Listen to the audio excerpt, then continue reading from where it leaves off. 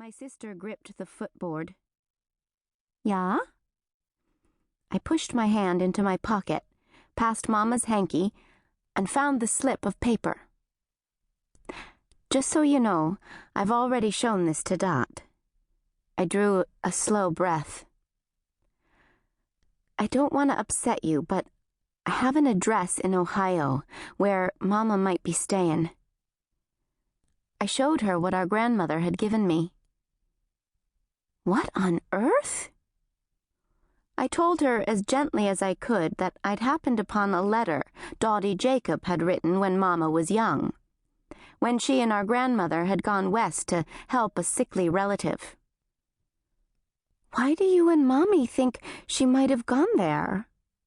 Mandy's brown eyes were as wide as blanket buttons. "Just a hunch." Really, though, I hadn't the slightest inkling what Mama was thinking, going anywhere at all, let alone with some of Samuel Graeber's poetry books in tow. "I hope to know for a fact soon enough," I added. She stared in disbelief. "How?" "Simple. I'm going to call this in." Mandy reached for the paper, holding it in her now trembling hand. "Oh, Grace, you really think she might be there?" Suddenly it felt easier to breathe. Would save me trying to get someone to make a trip with me to find out. I bit my lip, and Dot says I have to, or I can't go at all. "You can't blame him for that." Mandy sighed loudly. Then she began to shake her head repeatedly, frowning to beat the band. I touched her shoulder. "What is it, sister?" She shrugged, remaining silent. "What, Mandy?" "It's just so awful dangerous, out in the modern, fancy world." "Aw, sister." I reached for her. "Mama can take care of herself. We must trust that." She nodded slowly, brown eyes gleaming with tears. Then, just as quickly, she wiped her eyes and face with her apron. She shook her head again.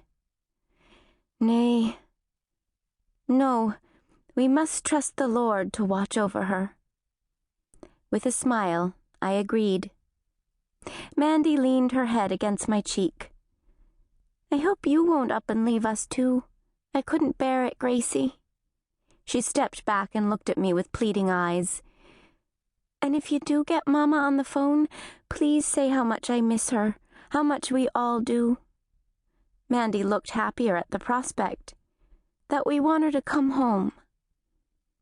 I squeezed her plump elbow, recalling the way Dot's eyes had lit up when I showed him the address early this morning, the way he'd turned toward the kitchen window, a faraway glint in his eyes as he looked at the 2-story Martin birdhouse, just a-starin'. I wondered if he was afraid to get his hopes up too high. Or was there more to this than any of us knew? But this wasn't the time to dwell on such things. I needed to think through what I might say to whoever answered the phone, how to make it clear who I was and why I was calling. Mandy went around the bed and reached for the upper sheet, pulling it taut. Next, the blanket. She gave me a sad little smile, and after we finished Dot's room, she said no more as she headed downstairs to scramble the breakfast eggs.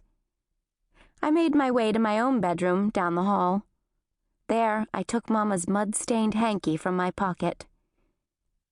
"Will you even come to the phone when you find out who's calling?" Then, as carefully as if it were a wee babe, I placed the handkerchief in my dresser drawer with a prayer in my heart. "Grant me the courage, Lord."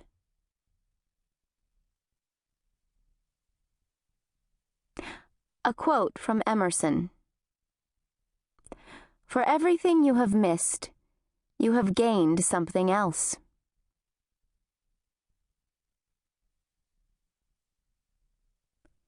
Chapter 1.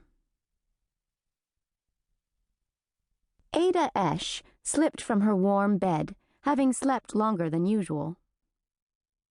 In the quiet,